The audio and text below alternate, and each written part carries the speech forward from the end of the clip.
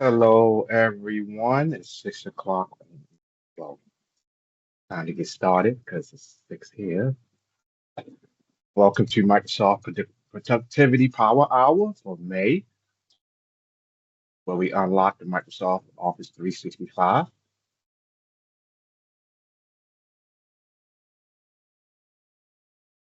All right, as a friendly reminder, all meetings are recorded and posted on community YouTube channels later. So if you don't wish to be recorded, please stay on mute and off the camera or disengage from the call and watch the recording, please.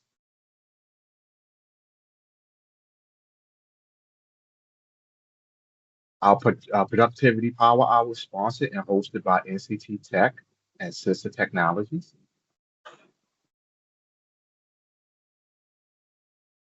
And what we cover Microsoft Office 365, unlocking the full potential of cloud-based productivity and collaborational tools. Some of our sessions interactive. Some perspective. Our sessions are designed to cater to end users, business owners, citizen developers. Interactive learning, monthly sessions, demo Q&A, and questions of the month. Next slide. At the Productivity Power Hour, if you got any questions, use the chat window before you forget or raise your hand. And we'll definitely get with you. I'll be watching the chat as Nikki is doing the presentation. So we will be keeping an eye on the chat. So put your questions in the chat before you forget them. As a cloud disclaimer, this is a cloud technology, it's a cloud product, including Microsoft, include constantly changing. Sometimes we could go in there this morning, one button could be in one place and could change to another place because it's constantly updating. So please excuse any inconsistency between our presentation slides and the current portal. Today we'll be doing Microsoft Word professional document creation. By the end of this session, we're going to look at creating professional documents with Microsoft Word. From the tips today, you'll be able to do things like use templates for consistency, apply style to professional formatting, and collaboration in real time.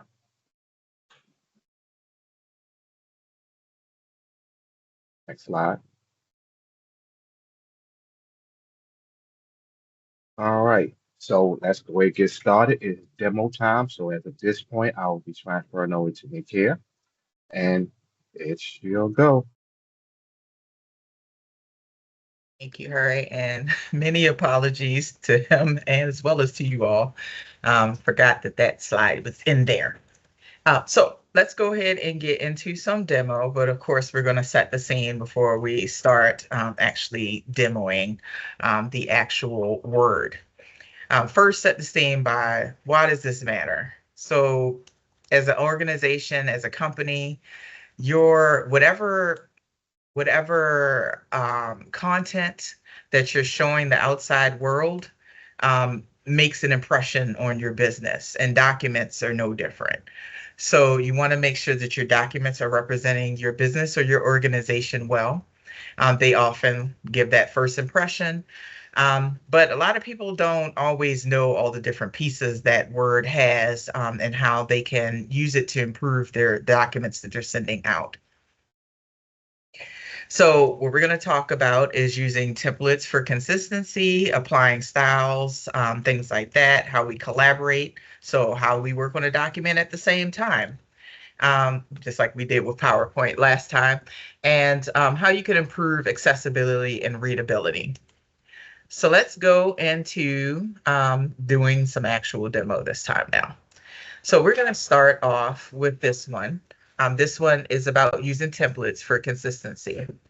So we're going to talk about how we get to these templates and then show you what you can do with some of these templates. So I'm going to go ahead and bring up Word. Excuse me. And here. All right, let me just bring this over here. Okay. So I'm in a new Word document, fresh, clean Word document.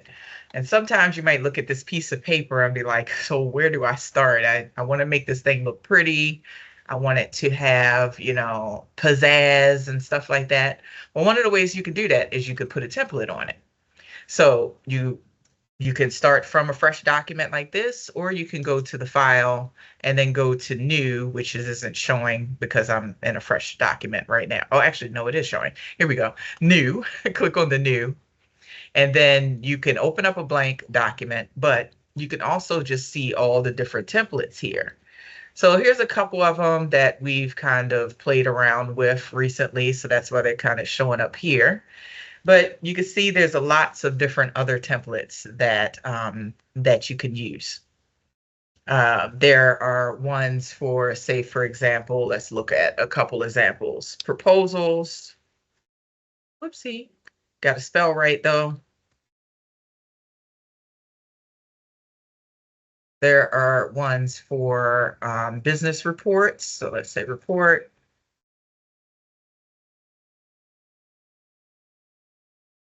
There are things like flyers, of course, because, flyers are the ever popular thing.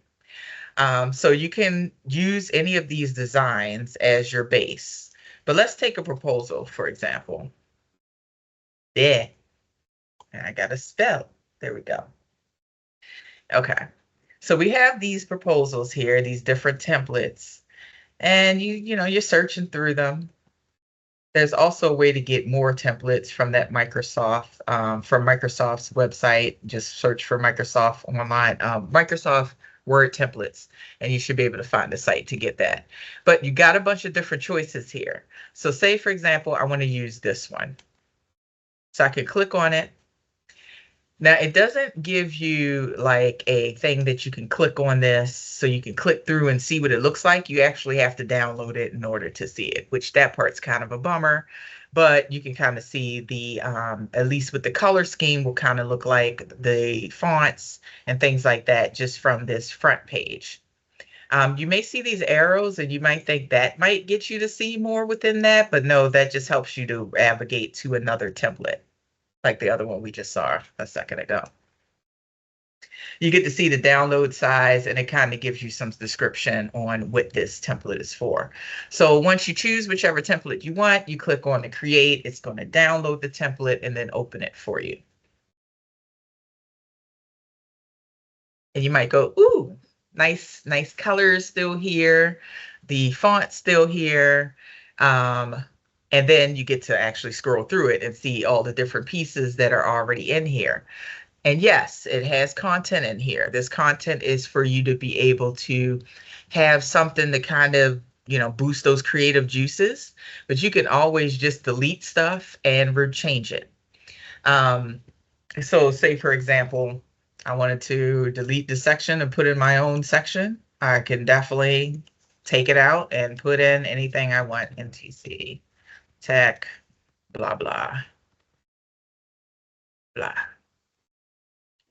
So whatever pieces I want to make changes to, even these pieces up here, I can make, changes to the text. I can make changes to the pictures. There's change picture right there. I just right clicked on the picture, got the menu, change picture from this device. I love the stock images. Stock images have gotten to be, there's so many stock images now. You can also still choose online and still choose icon. And if you have something on the clipboard, you can also choose it from the clipboard, but I don't have anything on the clipboard.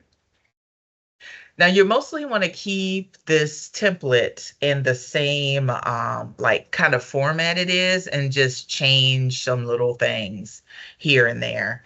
Like maybe even adding an additional picture to this page, maybe. Like say, for example, let's insert a picture. Like I said, I love the stock images. Choose office. I have all these office pictures. Since this is a proposal going out to a client, maybe I want them to feel, like I'm about to, do something for them in particular. Maybe it's a particular small business owner or something like that. Even though this does say grant funding, but I could change it. Whoops, that didn't go where I wanted it to go. Sometimes these templates can be a little bit finicky. Let me move that over. There we go. So all I did was grab the picture, drag it, and dragged it into the other section of the table, which is over here. And then I can put it behind the text, behind text, which I might have overwritten. Oh, actually, it's not there anymore. So I would have to add text back in, and then I could put this thing behind the text. But you get it. I can like make this picture, this page even more pretty by adding an additional picture here. Maybe I want to insert a text box by going to the Insert tab and then clicking on text box. And then I could choose the different text box themes and such. Normally just choose this one, and then I can actually take that text box and put it over top of the cover just to kind of give you some ideas.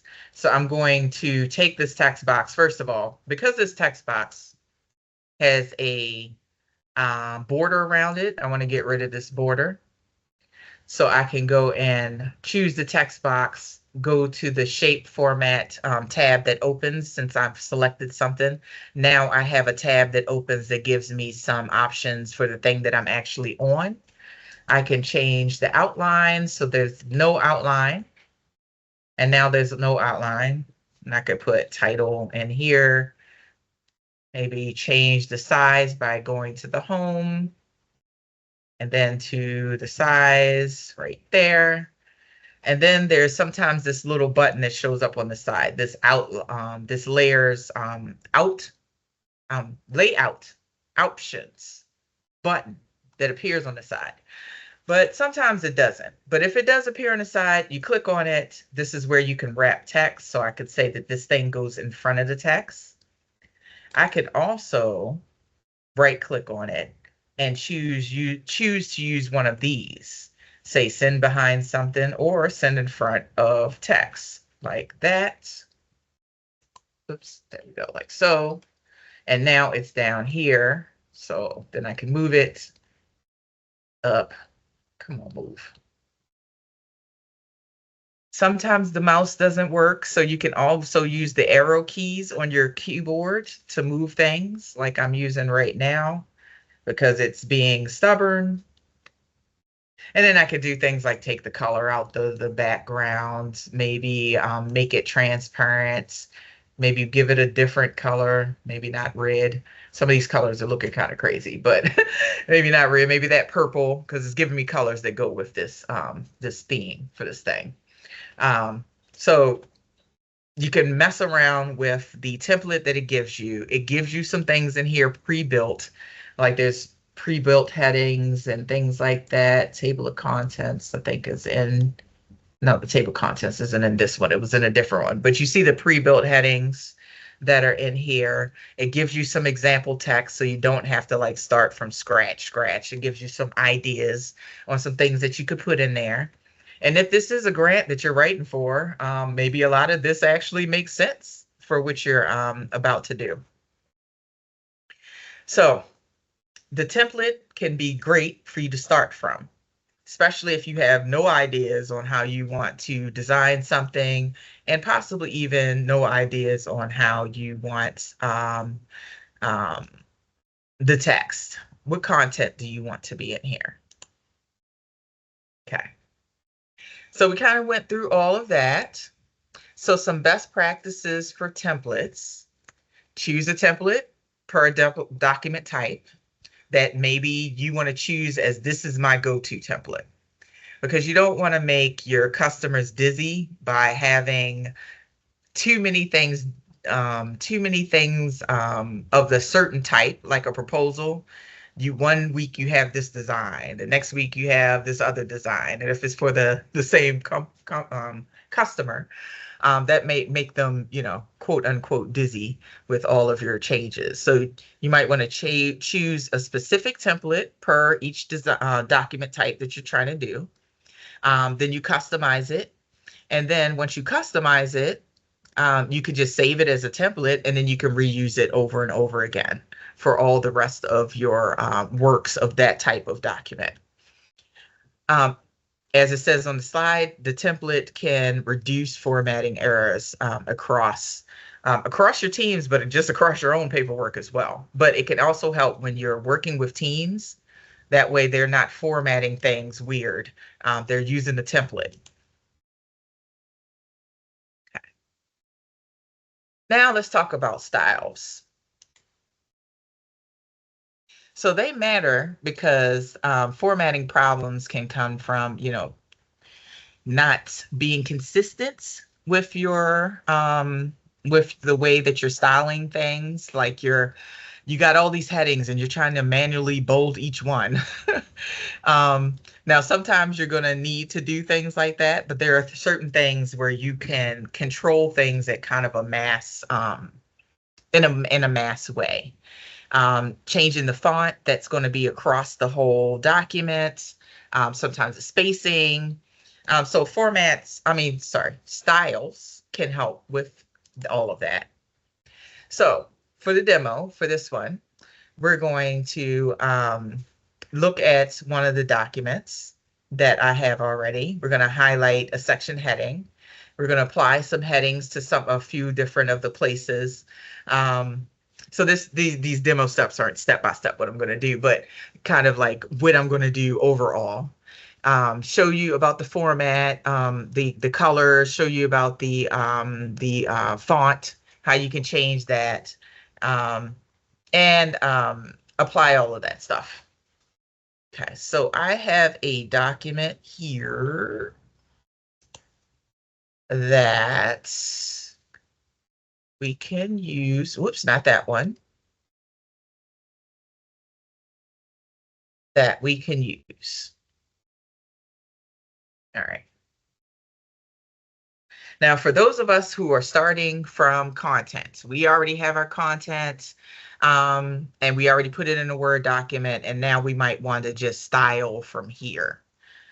So some of the styles that we were talking about here is like the headings, as well as being able to do the fonts and some of that as well. So let's see. Let's go to the first thing, styling like some of my headers.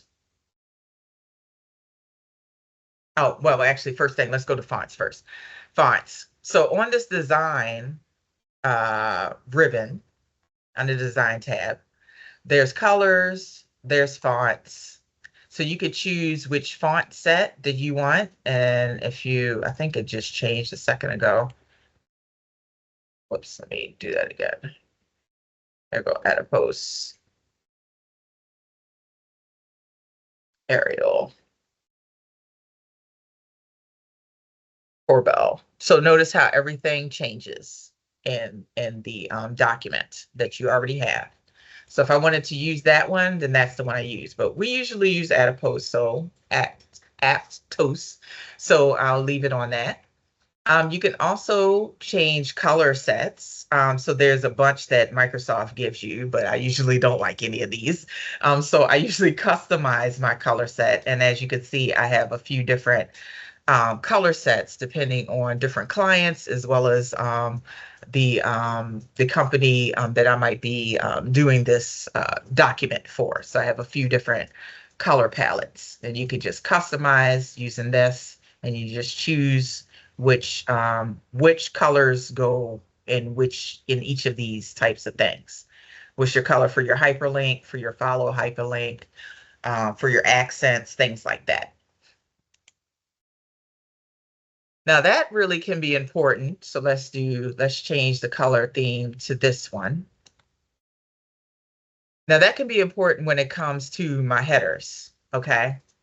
Now I have a couple of different document formatting style things that I can choose. So I can choose to say, all of these is going to use this type of style set. I can also change the set and then save my own set of styles, but you can see it has like the title, the heading, and then some content, even though I don't have title up here. So let me go ahead and change this to title so we can see what that looks like. So I'm going to choose that one. now that I've kind of chose a format. I'm gonna choose that one, and I'm going to go to the home tab and then go to styles here. So there are also some style things here, and that's the headings and the title, the tints, these subtle, all of that stuff is here. So here's that title. And notice before when we were on that design, see the title right there matches this color right here. Okay. So now if I change this one, this next one, header, to a header that is like header 1, then it should be represented like this one right here. So if I go to home, I go to header, and actually it's not. It's actually showing, it's using the color from the color set, but it's using the same font and the same size there. So say, for example, so not exactly like the picture, but close to that picture. All the text, y'all probably noticed that this text is now smaller because now it's going off of what we did on the design. So that's kind of following that text size there. All right, but now going back to these headers. So this is the header 1. That's what that looks like. This type of, whoopsie, didn't mean to push comment. This one's header 1. Actually, let me pull this out. Whenever you see these little drop downs, you can actually pull the menu out by clicking on it, just so you know.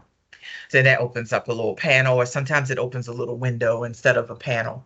But anyway, this can make it easier sometimes to be able to see all the things that you're trying to click on.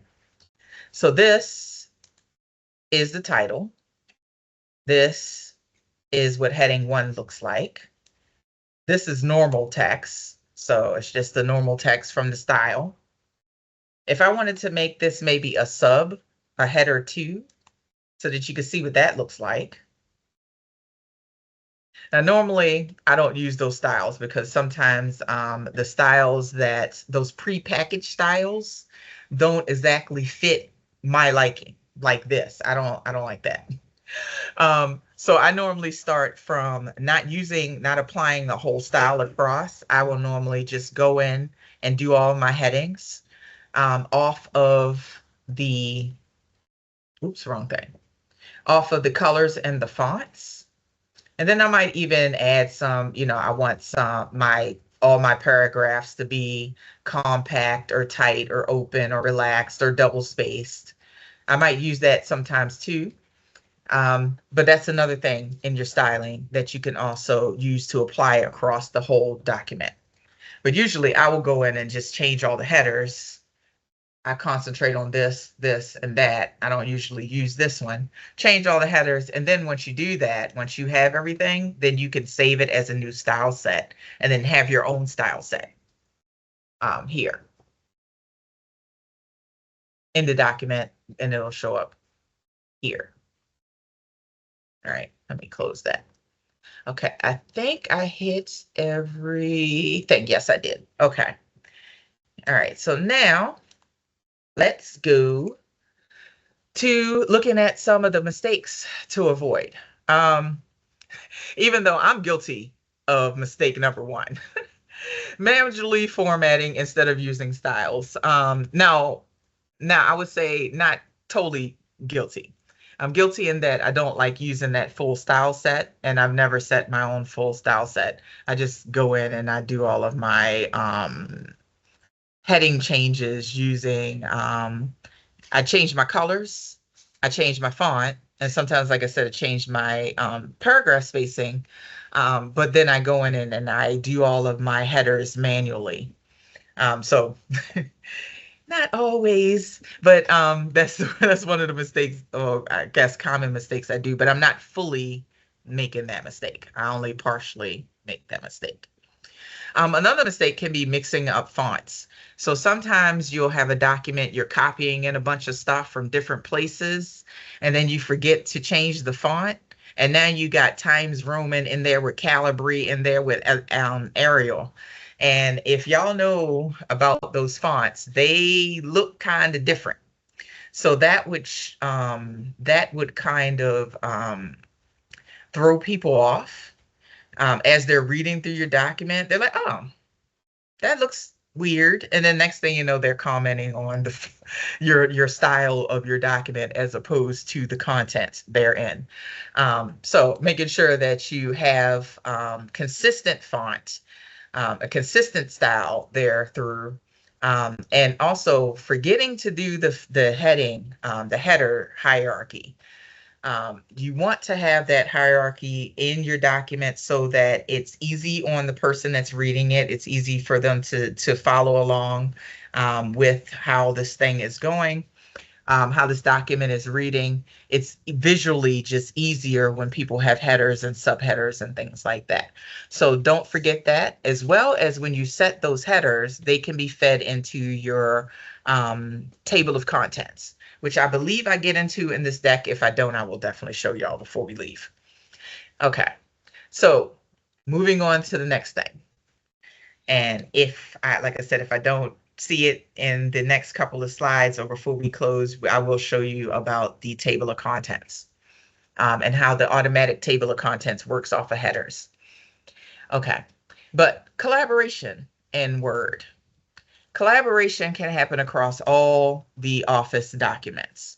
You can send a link to anybody and you can collaborate on that document together. Now, when I say to anybody, that also is dependent on your organizational setup.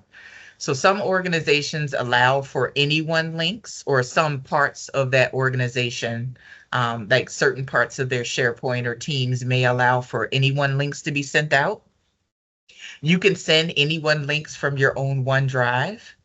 But sometimes you can only send links to folks that are in your team or in your org, or, sharing the document already. So that collaboration link may not be a link that anyone can use, but a link that you can use to share with other people, that those people can join you. So other, people in your team, people that may be reviewing, maybe your supervisor, maybe even getting your clients in here, or customers in. Maybe you're working on something together. Maybe that's part of what you're working with that customer on. So being able to collaborate in a Word document can be awesome. So for those of you who had fun collaborating in the PowerPoint together, we're about to do the same thing in this Word document in a second. So I'm going to talk to you about the share.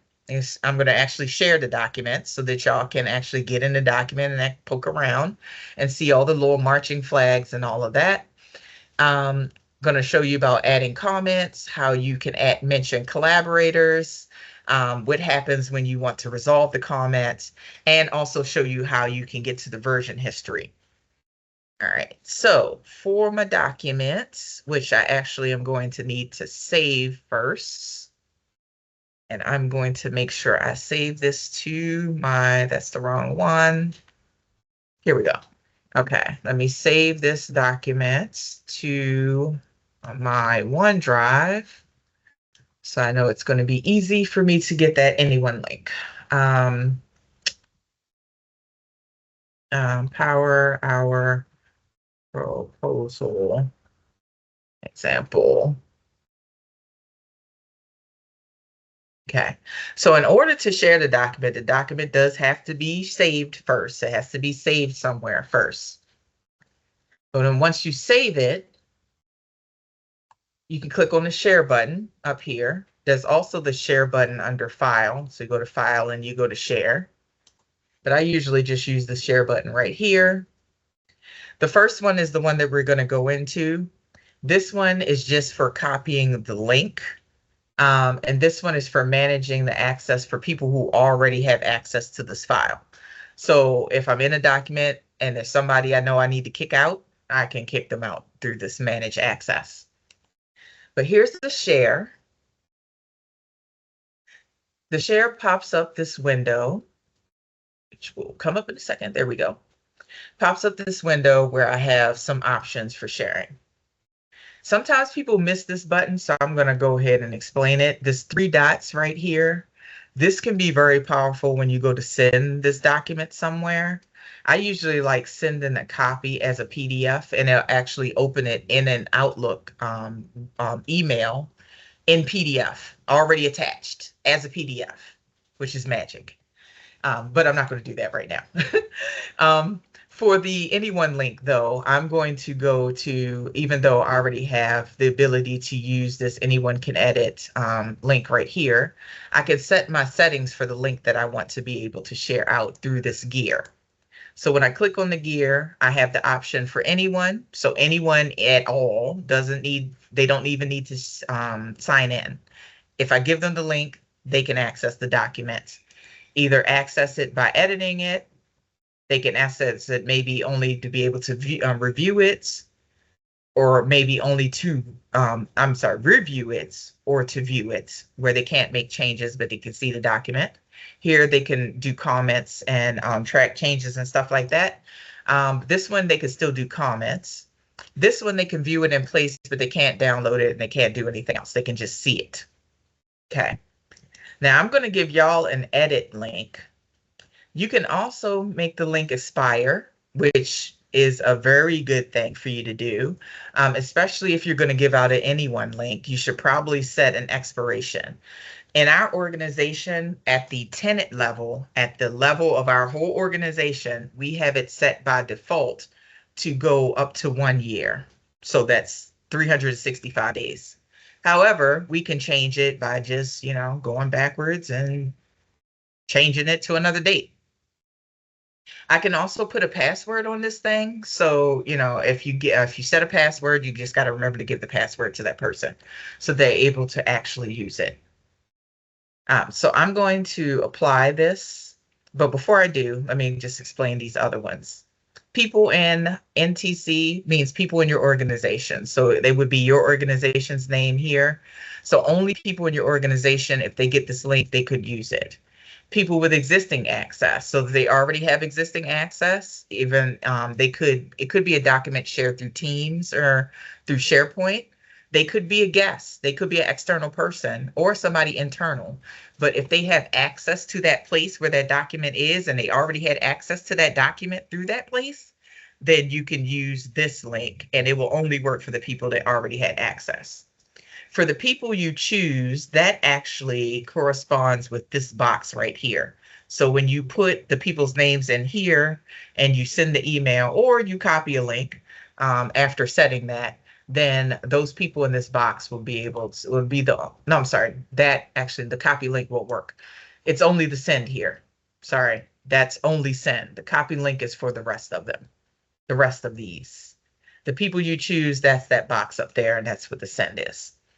Okay, so I have it on everyone. I'm going to apply, copy this link, and I'm going to put it in the chat. And any of you that want to join me in this session, go ahead and join me in this. Whoops, there we go. Join me in the document so that we can play around in this document together, if you like, while I explain some things. Okay, and I see Harry has been answering things in the chat. Whoops, I did not mean to do that. I clicked on the wrong thing. Let me open that Word document back up, which is just behind the scenes. Here we go. Okay. So it looks like somebody has joined, and also Harry has joined. Now, because Harry's in my organization, the system already knows him. If it was an external person or a guest that was invited to the organization, then the system would also know that person and pop up a little bubble with their initials. If not, then you get this guest contributor where you're just able to see that there's somebody in here. You might not necessarily know who it is, but you can see who that somebody's in here with you and where they are by hovering over. You can see they're on page 1, but you can also see the marching flags and how things are moving. So somebody's typing hello to me and hello back to you. When you're in this type of collaboration space, you can edit while other people are in here editing. The only thing is that certain things may not be editable. like Microsoft had started, and it looks like yeah, because he's not on this this line. For a minute, they started locking the line down again instead of just the word. At one time, they were only locking like the letter down, but that became a big problem because some people cannot co-author. Some organizations, they just one, they can't work together because possibly because of their industry standard, or because of the sensitivity of the work or things like that. But the other thing is sometimes they just can't work together like that. And there's just certain people that just can't seem to do it. Um, and when Microsoft had it just locked down to the letter, people were deleting other people's stuff as other people were like trying to type. So they started locking it down to the word, which I think they're back to the word, because I could go to the actual, let's say, this, um, add something. Actually, somebody's on this. Maybe they changed it so I can. Oh my God, they changed. Oh, hopefully they lock it back down to the word because that was causing havoc. But maybe times have changed because that was like 10 years ago. So maybe times have changed where people now are more respectful of other people's space as they're trying to do their part. Um, but anyway, so you saw the marching flags. You could see how many people are in here with you. You can do comments, just like any other time. You just select whatever it is that you want to do the comment on. You can choose comment on this bar that shows up. There's also under review. There's also, where'd it go? Oh, maybe not under review. Maybe it is now under there, insert. Okay. It used to be under review. Now it's under insert. But anytime you're looking for something and you don't find it, you can use this search box at the top to actually search for that thing. So if I wanted comment, there we go, insert a comment. And because I highlighted this section, that means my comment is related to whatever it is that I highlighted. Maybe if I highlighted instead, let me do this, that section of the sentence. Maybe if I highlighted the section itself, like through this title, then maybe I'm referring to the whole section. But I could just be referring to just the title. Now, when you're doing these comments, you can mention people. Now, the person has to be in the database somewhere, like they have to be in your organization somewhere. If they're a guest contributor, then you can't mention guest contributors, but these are all the people in my organization. So you can see all these email addresses. So if I wanted to mention Harry on this comment and say, I think we need to add more context to this section to explain blah, whatever, blah, blah, blah, blah. Whoops. And when I do that and I hit the send, Harry will get a notification in his email to let him know that I sent this comment, and it'll actually show a little snippet of what I put the comment on and what my comment was. I can also use this assign to box, but this, again, these have to be people that's inside of your organization. You can actually assign them a task through their own planner, which will kind of show up on the personal task side of planner. But most of the time, you're just going to mention somebody or even just put a comment in there. You don't even have to mention them. So once the comment's in there, and you do have to hit that little blue thing in order for it to go and be in there. Because if not, if you do something like this, another comment, and then you think, okay, I hit enter, it should have went, but I'm not paying attention that it's still sitting here. I go to do something else and hit a comment. It's going to be like, you didn't finish with the first one. So it will complain at you if you don't hit this little send. You have to hit the send in order for it to be posted. Well, once it's posted, you're working on a document. Maybe this comment's for you. You made whatever changes that happened. You can like the comment, which doesn't really do anything. It just says, okay, sure, I'm going to do it. Or maybe, yes, I agree with this comment. That can be the like. As the person that created the comment, I can also edit my comment. I can also delete the thread and get a link to this comment. But the next person can come and do their comments and whatnot, and then you can end up having a whole long thread. One thing I want to caution you on, and let me close the styles here. One thing I want to caution, well, another thing I want to caution you on. When you have comments in your document, even if you PDF the document, the comments will show up in the document. So be careful when you're sending that commented document out to customers. You'll want to resolve your comment and then delete it or just delete it. So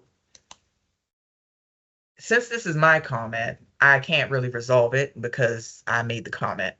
But if this was somebody else's comment, I could click the drop down and then I would see resolve or delete. Now you could resolve the comment. There we go. All right. It would show up here, resolve, and then delete.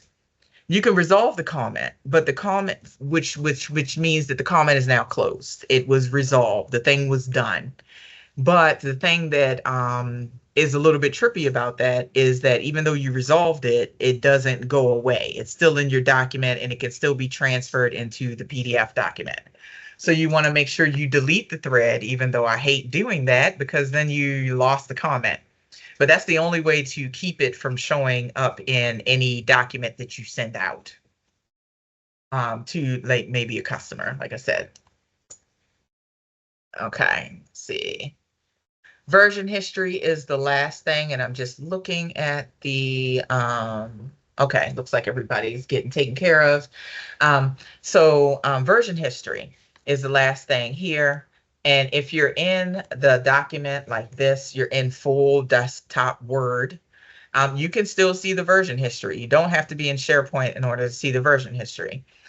Same thing would apply to the other PowerPoint, and when we go into Excel next month, then we will also see most likely version history here too.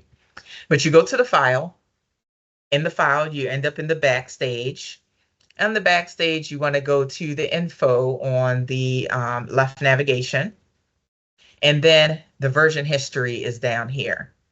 Another thing that you might see pop up here that sometimes doesn't resolve correctly is if you've ever had that thing that shows up at the top, or sometimes you even see it up as a little, here it is right here, actually, compatibility mode. And actually, it's not even showing it here, but sometimes there's the box here that shows up here for you to be able to convert it from compatibility mode into regular mode. I'm not sure why it's not showing up here, but I'll show you a different place where you can also get to it too. The version history button is here though. So let's click on that. Get this out of the way. Okay. And it should open the version history on the left. I mean, on the right. Here we go. All right. So I just created this document today. So there's only 2 versions of this document. If others started making changes in the document and the document says the document auto saves, although right now it's on read only because I'm in the version history, but when it auto saves, if somebody makes a change to it, then I'll also see another version of maybe their change, unless 2 people make a change at the same time and it saves exactly at the same time, then it will only edge out one of those people. Or you may see an and like this. So it says Hurry and Nikkia have this one. Now, the thing with this version history is that when you click on it, like this one, it opens up the previous version, so that you can possibly put them side by side. Maybe you can use, hello. Okay, it's not going to show up because that bar thing is up there. But you can do the slide over so that it, like, then what's it called? Snapping it to the side.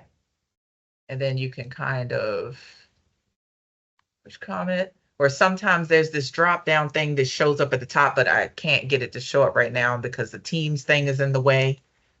Could snap this to the other side. Although this one's going to be harder. There we go. Because I have two screens and it was kind of going on to the other side. And then that way I can compare both. Maybe I want to restore this previous one. I can do that. Or maybe just grab something out of this one and put it in this new version. So I can do all of that. Okay. As far as the compatibility thing, like I was saying a second ago, now I'm back to non-read only because I closed the version history. Sometimes the compatibility thing is under here, under the name. This is where you can change the name. Also see the location of where this thing is. It would show up as a convert button on that backstage on the info screen, but it also shows up here. So a lot of times you'll want to convert your documents, even though this doesn't always work here. That's why I sometimes have to go to the file and then go to the backstage info, but it is not showing up here. You would see a button that would say convert.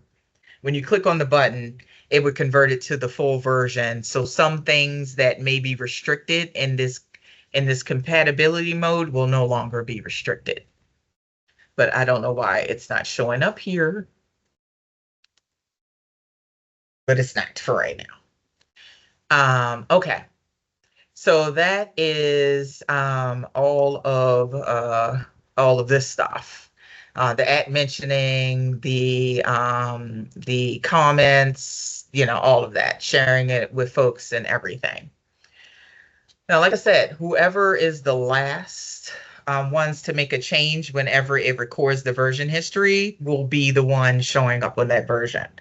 When everybody goes and gets out of the document, if you happen to be in the document and you didn't make any changes, you won't show up in the version history because you didn't make any changes. The only people or things that will show up is when something actually changes. Then it will be saved as a version, and then you'll be able to track back to that version. And this works also in your OneDrive and in your SharePoint through the browser, just a little bit different. So now let's talk about accessibility. And this is one thing I'm I'm also sometimes a bit, I don't always run the checker, but it matters to have the documents that are accessible, meaning that it's for folks that have low vision. They can't see things as well. You want to make sure there's high contrast, good spacing, things like that. So the accessibility checker will actually tell you that. And then there's some things where it's actually required, like government is what's that thing? 50 I forgot the thing. It's not a 50 something. I forgot what it's called, but it's some kind of regulation where you have to make sure all of your stuff is accessible for folks. All right. So the accessibility tracker is under the review. So we're going to go there. We're going to see what that looks like. And we're going to look at some of the issues that it's going to point out just so that you can see what that looks like. And then I'll actually show you the table of contents because we are at the end. So I'll show you that as well. Let me get my document back up. Okay. Alrighty. So the accessibility checking. As I said before, it's on the review tab. Check accessibility. It has a drop down, so you could, focus it, but you could just use the check accessibility, which is what I'm about to do. Just click on that.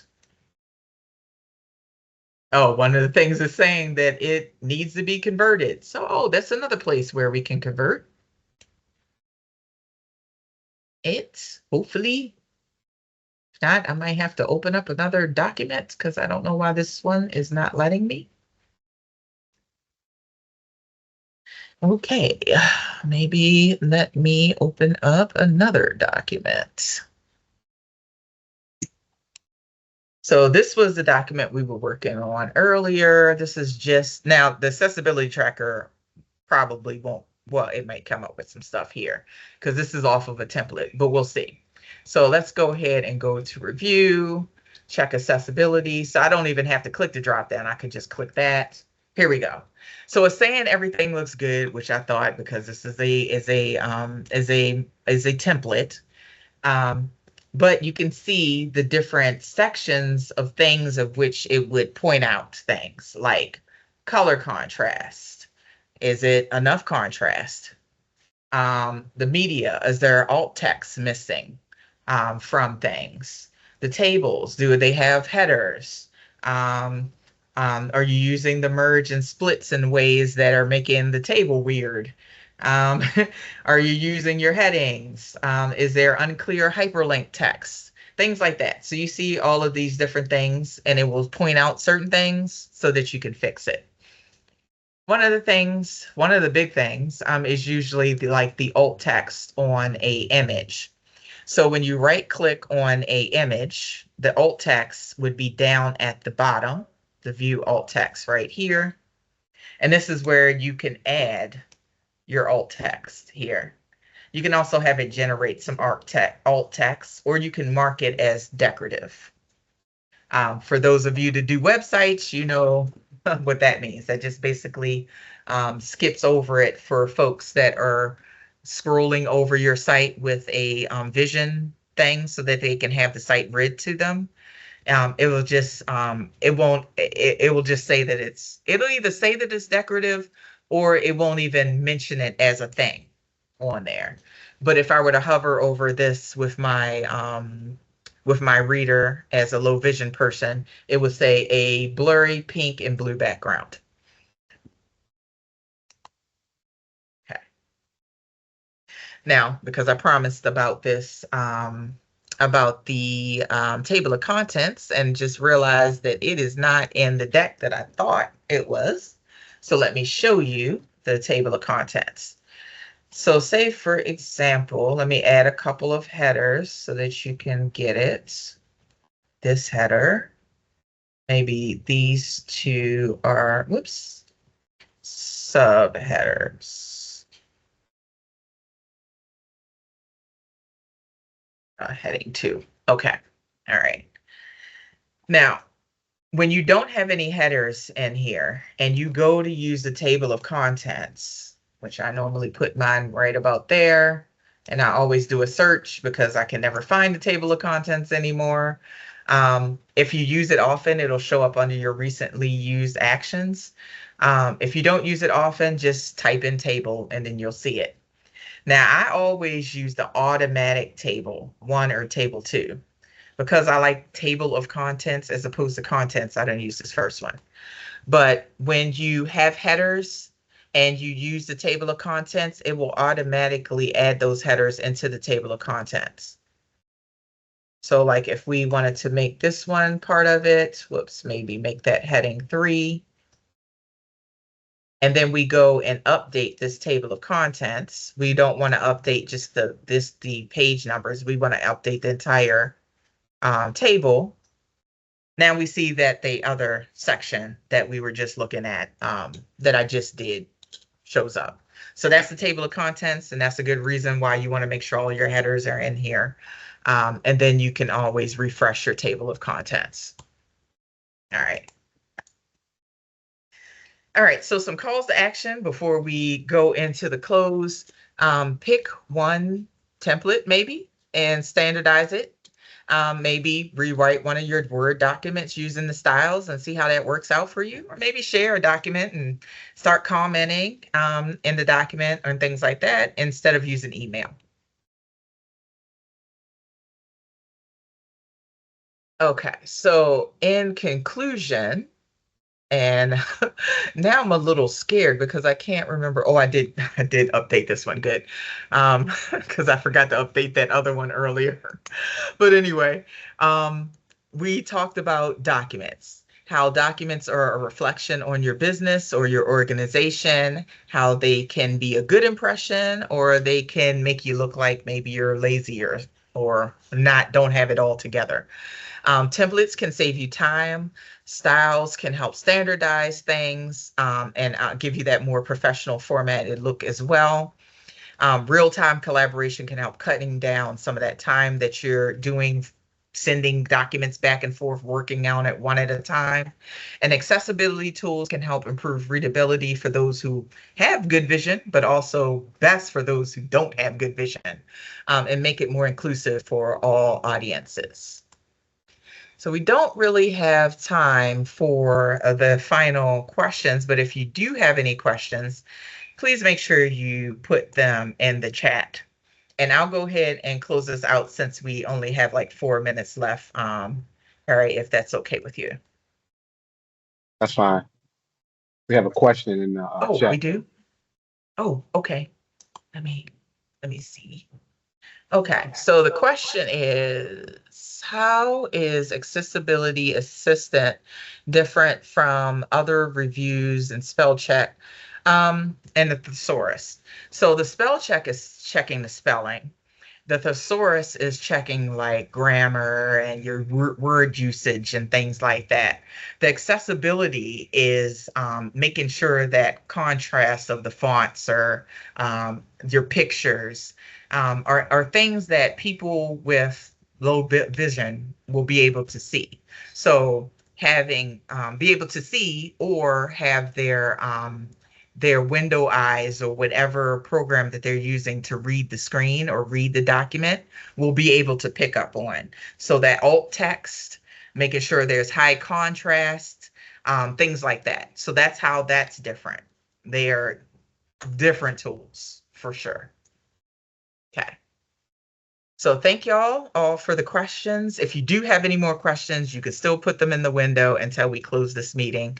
And if you have a question and you need us to actually reach back to you, just give us an email using powerhour@consultntctech, which is this email down here at the bottom of the slide, and .com, and that will you can send us your questions there. But our next Power Hour next month is going to be June 2nd, same bat time, same bat channel. You register through LinkedIn. There's the QR code if you want to use that QR code to get to the actual event itself, or you just look up the Microsoft Productivity Power Hour on LinkedIn. And when you see that Power Hour logo with our two logos on it for the different company, the sponsoring and hosting, then you know you're in the right place, and then you can see the rest of the event there. But this event is already posted. You can register for it. We're going to be talking about Excel and how you can get insights out of your data. Just don't forget, even though we forgot this time, we're going to have it next time. When you register, you can also add it to your calendar yourself. But when we check in with you, we'll also offer you the calendar just in case you forget. But when you register, it'll be good to just add it to your calendar while you're there on the event page. You just click on that drop down to add it to your calendar. You choose which calendar and you're off with that. Okay. All right, so Harry and I would like to thank you all for joining us for this month's Productivity Power Hour. We hope that you enjoyed it. If you have suggestions for other Power Hours, you can also send us an email at powerhour@consultntctech.com. And of course, there is our LinkedIn. So if you're part of our Power Hour community on LinkedIn, when we post the recap, you'll be able to see the recap in the community. Through that link right there, you'll be able to get to that recap. And you can also see our previous, actually, let me show with the laser pointer, link right here. And then you can also get to see our previous Power Hours through this new Power Hour channel, but also through NTC's channel, because that's where Power Hour started off, under NTC. So we have videos under the NTC YouTube, and then we have our most recent videos under our Productivity Power Hour exclusive YouTube for this thing. Anyway, thank you all for joining, and we look forward to seeing you again next month.